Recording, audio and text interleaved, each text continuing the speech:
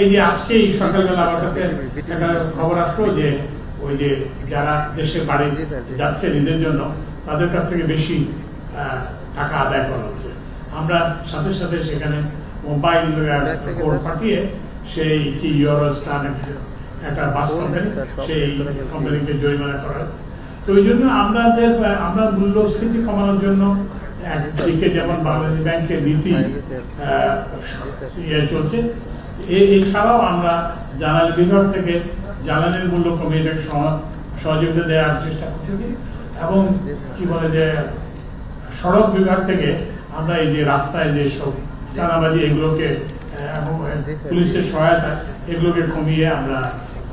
তো এখন আগের থেকে এখনকার একটা মৌলিক পার্থক্য হচ্ছে যে আমরা এখন সরকার হিসেবে না, এখন স্যার অর্থ বিভাগে আছেন, স্যার পরিকল্পনা বিভাগে আছেন, কিংবা আমি জ্বালানি এবং অন্যান্য এর দায়িত্ব আছি এবং গভর্নর সাহেব বাংলাদেশ ব্যাংকের। আমরা কিন্তু এখন ওই ওয়ার্ক ইন ইউনিসন, আমরা একসঙ্গে কাজ করি। এর ফলে আপনি দেখবেন যে অনেকগুলো হয়তো আপনাদের চোখে পড়েছে কিনা জানি না, অনেকগুলো টেমপ্লেট যে আমরা কি করতে পারি এবং কিভাবে করতে পারি। যেমন এই যে জ্বালানি নিয়ে আপনারা সবাই লেখালেখি করলেন এবং এক অ্যাসোসিয়েশন নেতা বললেন যে আমরা নাকি হত্যা করতে। তো এখন আমি নিজে গেলাম, এই গত শনিবারে আমরা গেলাম, আমি নিজে গেলাম, আমি 12-13টা প্রতিষ্ঠান পরিদর্শন করি। পরিদর্শন মানে কিন্তু ওই যে ওদের অফিসে যেয়ে না, আমি ওই যে RMS এর তাদের মিটারের রিডিংটা কত সেটা দেখলাম।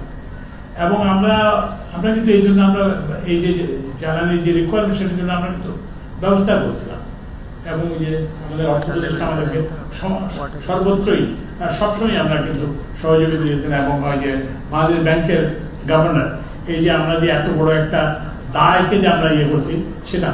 তো যাই হোক, তো এখন আমি ফিরে আসার পরে আমরা আগে থেকে ব্যবস্থা করছিলাম 4টা অতিরিক্ত LNG কার্গো আগে, কিন্তু এইটা একটু ওই যে আপনারা জানেন যে নিম্নচাপের কারণে সমুদ্রের উত্তাল আবহাওয়া ছিল, ফলে ওটা ডকিং করতে পারেনি।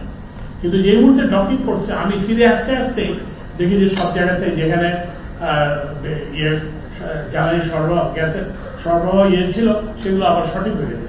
এবং আমাকে একের পর এক উদ্যোক্তা আমাকে ফোন করে বলছেন যে আপনি আসার পরে আপনি কি গ্যাস নিয়ে আসছিলেন নাকি? আমি বলছি না, আমরা গ্যাস নিয়ে আসিনি, আমরা আসলে গ্যাস আনার পরিকল্পনা করছিলাম এবং সেই পরিকল্পনার যে ফলশ্রুতি। তো ওই জন্য এখন আমরা যেটা চেষ্টা করছি একটা সবাই মিলে একটা পরিকল্পনা উন্নয়ন চেষ্টা করছি এবং আমরা এইসব টেমপ্লেট গুলো স্ট্যাবলিশ করে যাচ্ছি। রমজানে কিভাবে লোড ফ্রি রাখতে হয়, তারপরে ঈদের যাতায়াত কিভাবে ইয়ে করতে হয়, চট্টগ্রামের জলাবদ্ধতা কিভাবে মোকাবেলা করতে হয়, এই অর্থনীতির কি বলে যে এক্সচেঞ্জ রেটকে কিভাবে স্টেবিলাইজ করতে হয়, তারপরে হচ্ছে যে এইভাবে নানান রকম আমরা টেমপ্লেট আমরা এস্টাবলিশ করে যাচ্ছি যে এখন যাদের সামনে যারা সরকার আসবেন তারা এগুলো দেখতে পারবেন এবং এগুলো যদি তারা অবলম্বন করেন তাহলে আমাদের জনজীবনের জন্য